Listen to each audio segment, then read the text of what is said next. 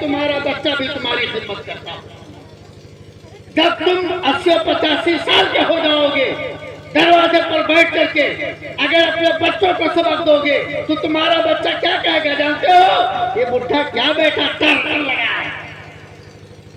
اگر اس بچے کو یہ معلوم ہوتا کہ باپ کی قدر میرے نظر میں کیا ہے، والدہ کی قدر میرے نظر میں کیا ہے، تو وہ اس طرح کا جملہ استعمال نہیں کرتا۔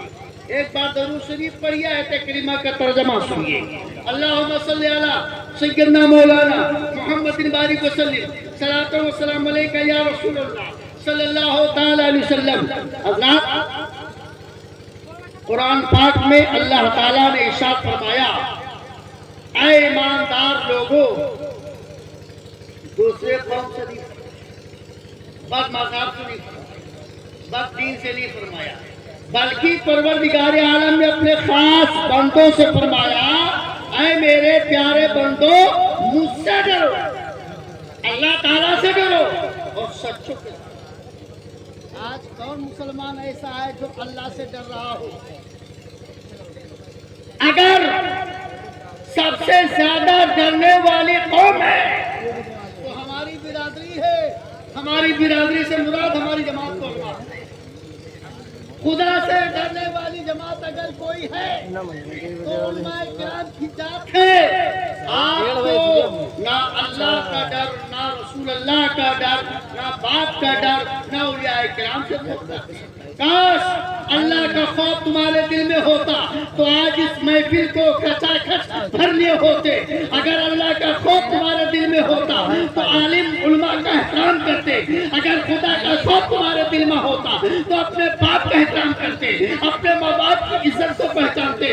اگر خدا سے ڈرے ہوتے تو نماز کی پابندی کرتے۔ خدا کا خوف ہوتا تو قرآن کی تلاوت کرتے۔ خدا کا خوف ہوتا تو کھڑے ہو کر سجدہ نہ کرتے۔ خدا کا خوف ہوتا تو یوں نہ کرتے، یعنی شراب نہ پیتے۔ خدا کا خوف ہوتا تو گناہ پر گناہ نہ کرتے۔ خدا کا خوف ہوتا تو جوا نہ کہتے۔ خدا کا خوف ہوتا تو زنا نہیں کرتے۔ سمجھ رہے ہیں؟ آج کس کے اندر تو خدا کا خوف ہے؟ خدا کا خوف جن لوگوں کے دل میں ہے وہ یقین مانیے 24 گھنٹہ مسجد میں بیٹھا رہتا ہے۔ مسجد میں جا کر کے خدا کی عبادت اور ریاضت میں لگتا ہے۔ غازی میاں جوان نہیں تھے؟ سنو پیارے، کہاں جا رہے ہو؟ حضرت غازی میاں کہاں پیدا ہوئے؟ اجمیر ملک۔ کیونکہ آج کا یہ مجمع، آج کا یہ ذمستان جلسہ غازی میاں کی جانب منسوب ہے، اس لیے چند باتیں میں غازی میاں کے تعلق سے عرض کر دوں، ورنہ مجھے عرض کرنے کی کوئی ضرورت نہیں ہے۔ ہمارے دارالعلوم کا ایک عظیم استاد جن کو دنیا سنیت قاری احمد رضا کے نام سے جانتی ہے، ان کا بیان ہو چکا، مجھے بتانے کی کوئی ضرورت نہیں ہے، لیکن جو کچھ انہوں نے چھوڑ دیا ہے، بچا دیا ہے، یہ ہمارے مخدوم بھائی الحمدللہ، یہ بھی ہمارے اللہ کے علماء کرام کے لیے ہمیشہ سوٹا لیے رہے۔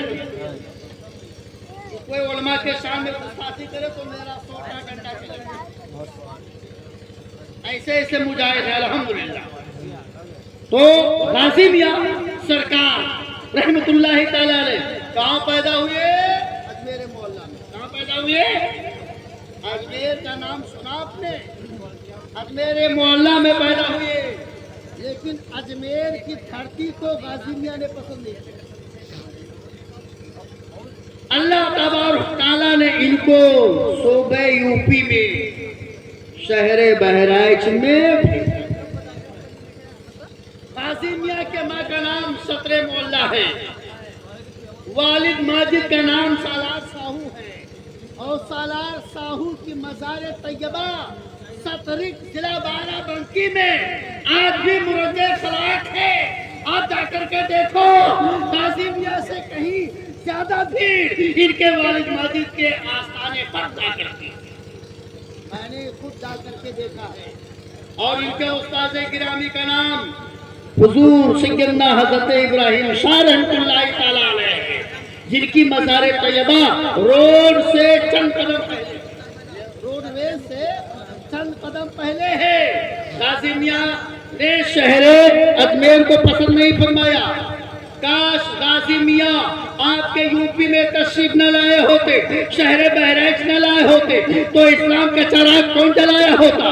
آج اگر غازی میاں کو پروردگار عالم نے اس صوبے یو پی میں بھیجا تھا تو کیا مقصد دیا تھا, کیا مقصد لے کے آئے تھے؟ پہلے اتنا اسلام پھیلا نہیں ہوا تھا.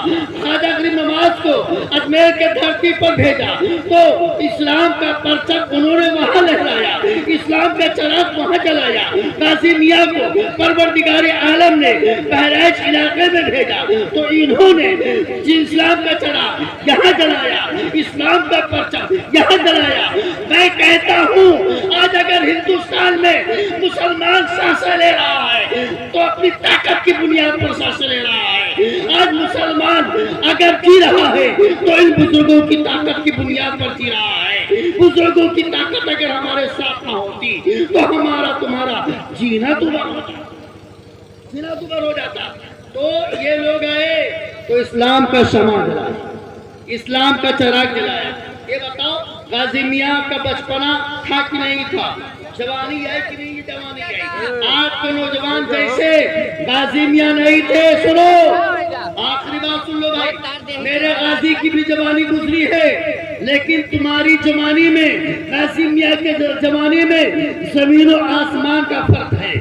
غازی میاں اپنی پوری زندگی کو 18 سال کچھ مہینے کو اگر خرچ کیا ہے تو یاد اللہ میں خرچہ کیا ہے, یاد رسول میں خرچ کیا ہے, اسلام کو ترقی دینے میں جوانی کو خرچ کیا ہے, اسلام کو بلندی و ترقی پر پہنچانے کے لیے اپنے آپ کو خون سے لہولان ہو گئے ہیں.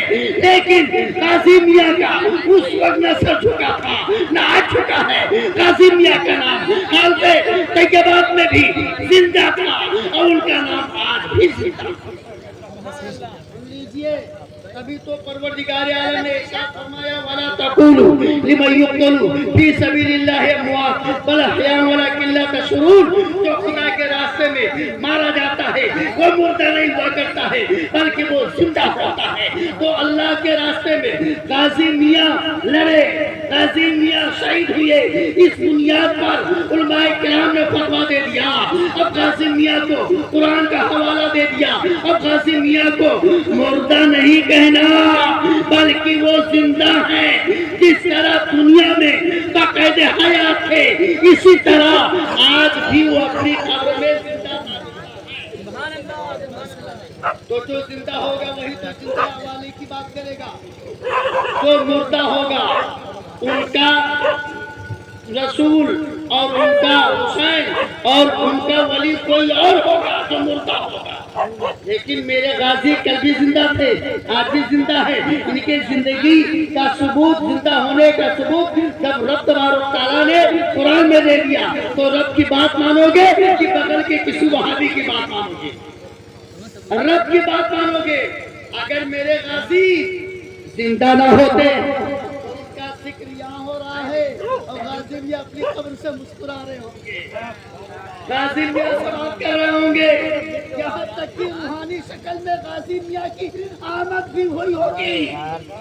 ہماری نظریں طاقتور نہیں ہے جو ان کو دیکھ سکے, لیکن غازی میاں کی نگاہوں میں وہ طاقت ہے کہ سارے دیواروں کو دیکھ رہے ہیں. اور یقین مانیے جتنے لوگ یہاں آئے ہوں گے اگر غازی میاں کا کرم ہو گیا, غازی میاں کی نگاہ پا گئی تو اس کا بیڑا پار. غازی میاں کا ذکر یہاں سے ہو رہا ہے, لیکن میرا ایمان بول رہا ہے, میرا عقیدہ بول رہا ہے کہ غازی میاں میری باتوں کو سماعت کر رہے ہوں گے. اس پہ یقین ہونا چاہیے, اس پہ یقین ہونا چاہیے. اور غازی میاں رحمت اللہ تعالی علیہ کچھ لوگ مردہ کہتے ہیں, اور جب ان کا غرض ہوتا تو سب سے پہلے پھٹ غازی میاں کے جاتا ہے. جب ان پر شیطان کی مار پڑتی ہے تو غازی میاں کے نام کو یاد کرتے ہیں. کشوشا والے حضرت مخدوم اسد جہانگیری رحمت اللہ تعالی علیہ کی زندگی تک بغاوت کی ہے اور باغی ہے, ان کو مردہ کہتے ہیں. لیکن آج جا کر کے مخدوم اسد کی بارگاہ میں دیکھیے سنی سے کہیں زیادہ